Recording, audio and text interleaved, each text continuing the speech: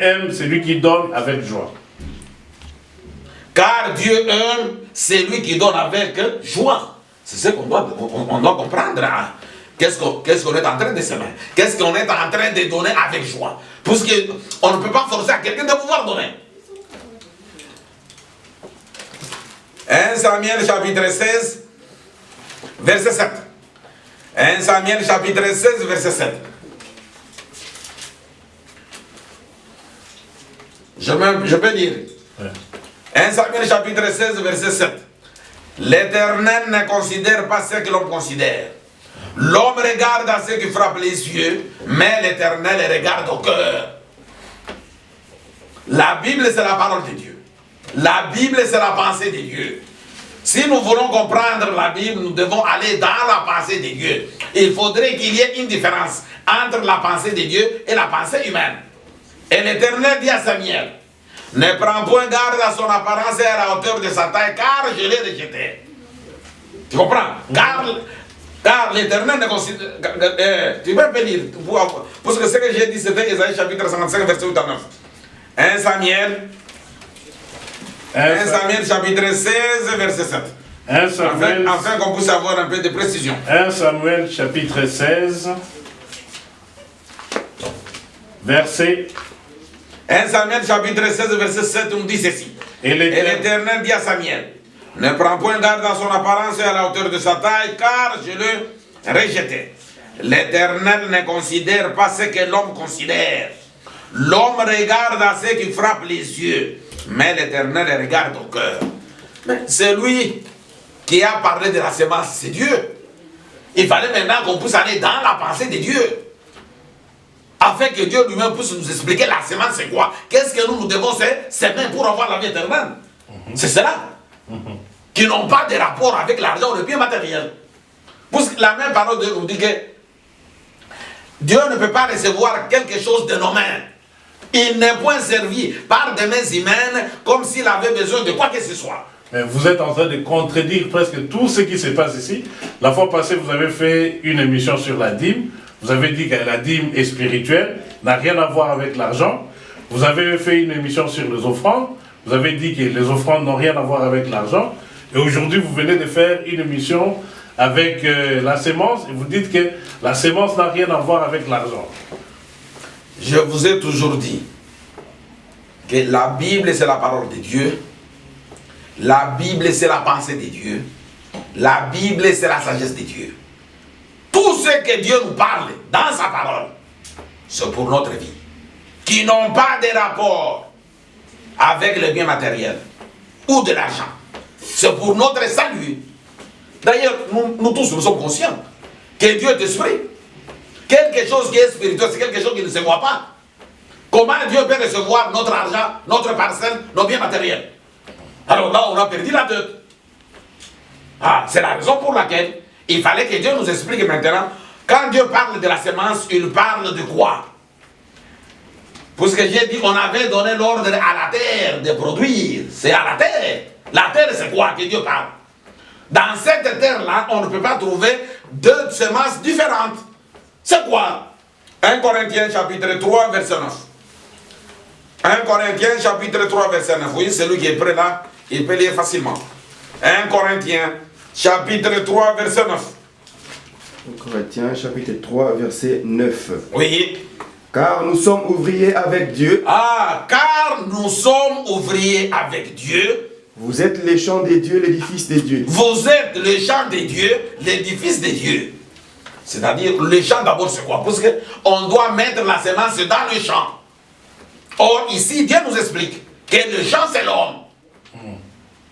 Vous êtes les champs des dieux, vous êtes l'édifice des dieux.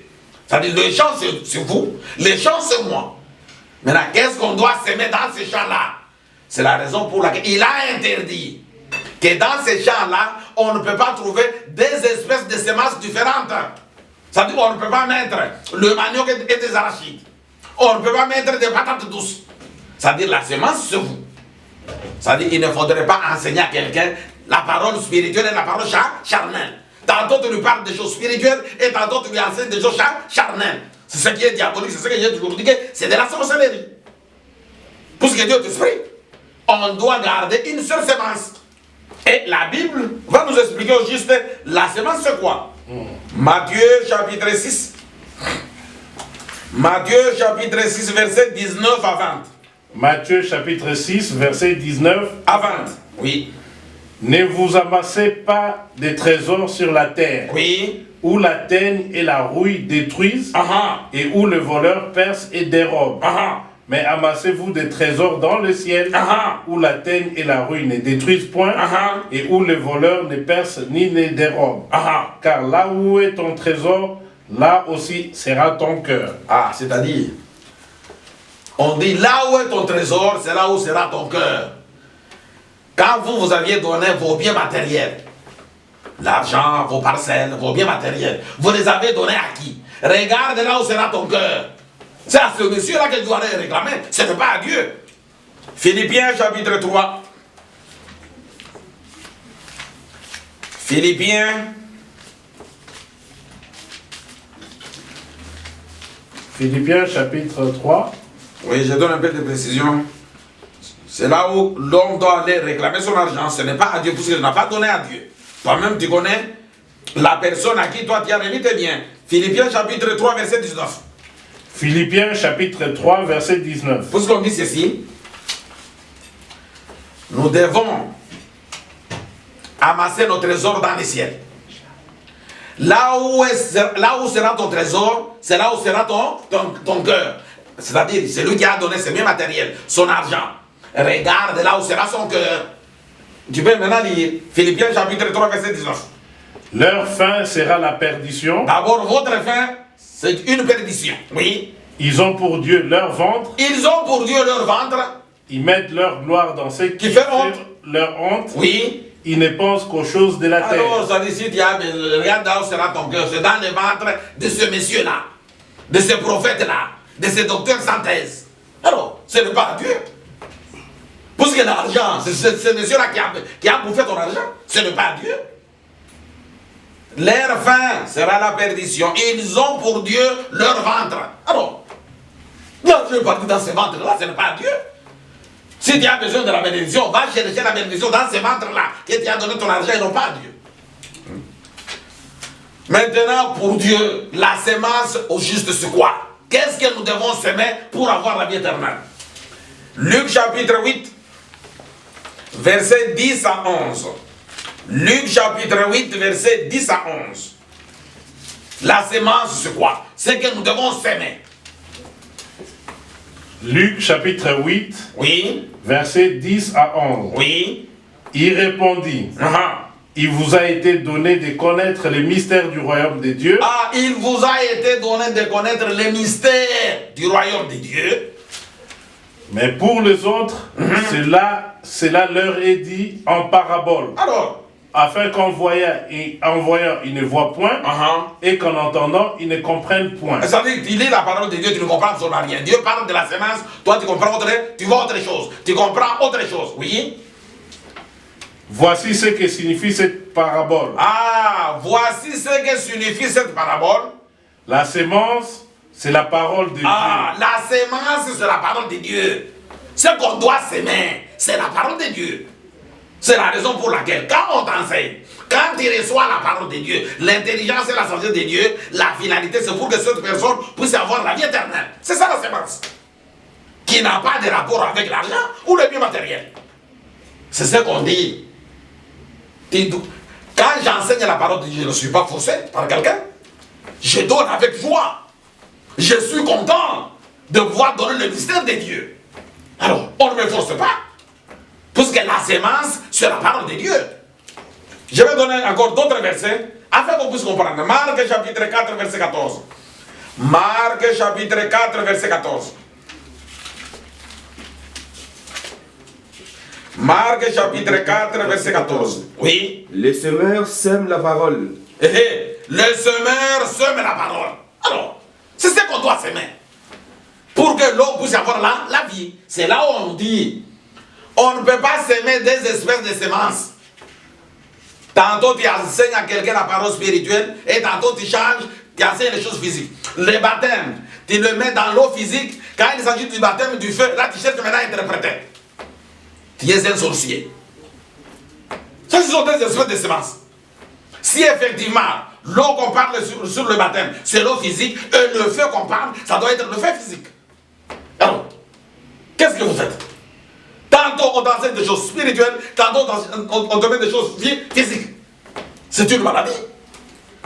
Et par après, lui-même, il te dit, non, non, ce qu'on a fait, ce sont des symboles maintenant. Où est la réalité du baptême? C'est ça. Ça veut dire, quand on doit enseigner, même quand les gens persistent, tout ce qui est écrit dans la parole de Dieu, il y a des choses physiques, mais il faut être malade pour comprendre, pour suivre une telle personne. Les paroles que je vous ai dites sont esprit et vie. 1 Pierre chapitre 1 verset 23. 1 Pierre chapitre 1 verset 23. 1 Pierre chapitre 1 verset 23. Verset 23. Oui. Puisque vous avez été régénérés non par une sémence corruptible. Vous avez été régénérés, reconstitués. Non par une sémence corruptible. Ce qui te transforme aujourd'hui. Ce qui fait que tu sois ce que tu es devenu aujourd'hui. Ce n'est pas un enseignement diabolique, ce n'est pas un enseignement charnel.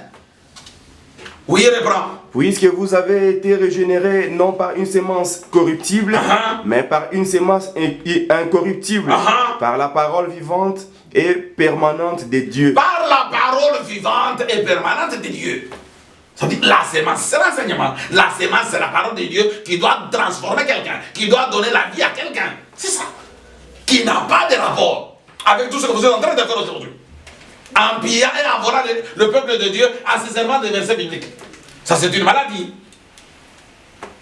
Matthieu chapitre 13, verset 19 à 21.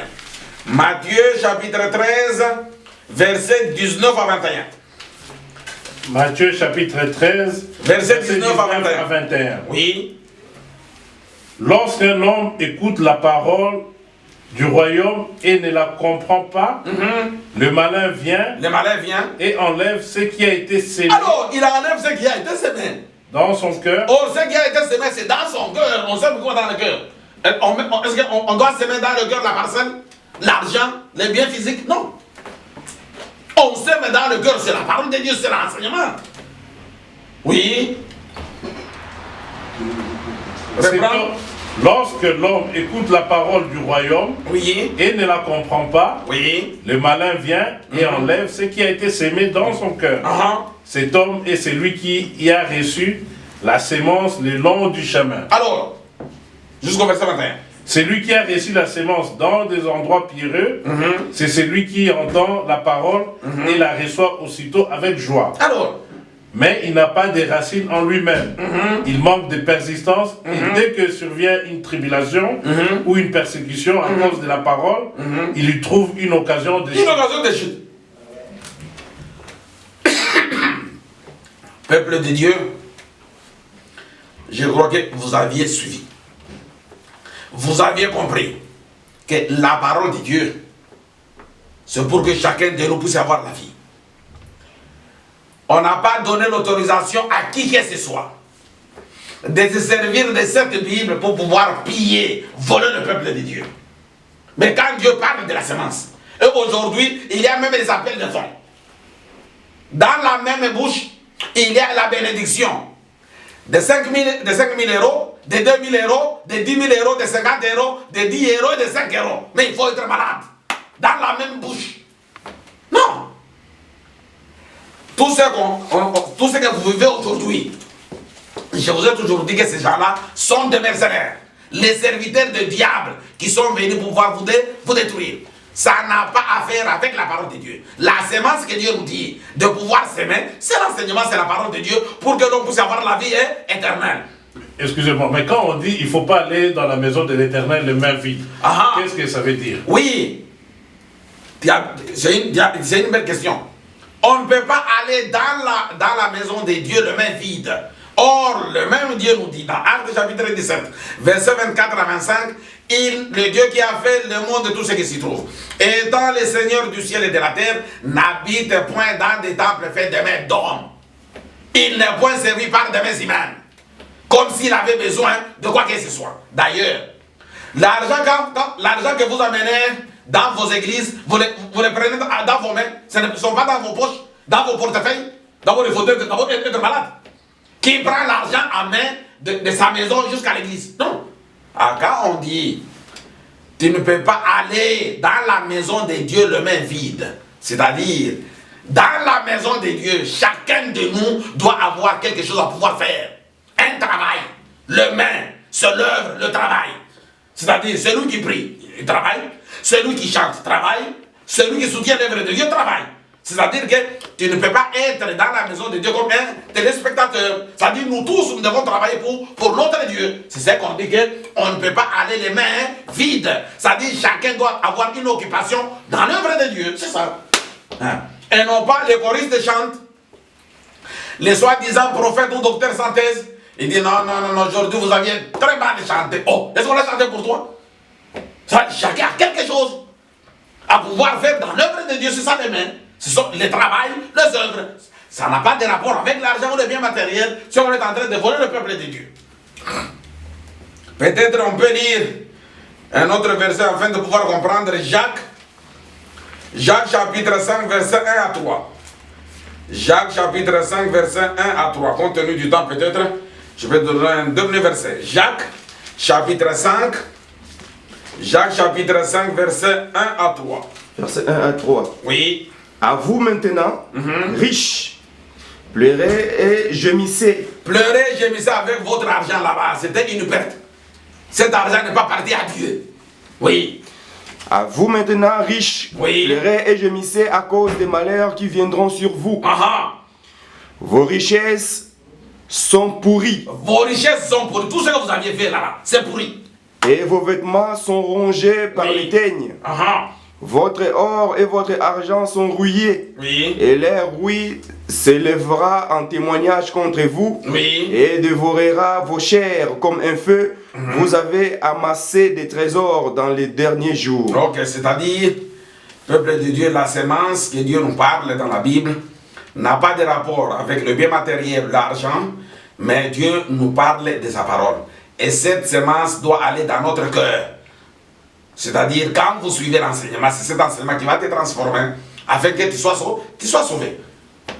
Merci beaucoup, patriarche. Ok, merci mon frère. Tu peux maintenant, on peut peut-être donner le numéro pour ceux qui ont besoin, c'est-à-dire notre numéro. Pour ceux qui veulent le contacter, le patriarche Emmanuel Ngoy, c'est le 02 488 246 731. Je répète, plus 32 488 246 731. Ou encore plus 32 466 033 824. Que Dieu vous bénisse. Ok, merci beaucoup. Salutations à tout le monde. Que la grâce de Dieu soit avec vous.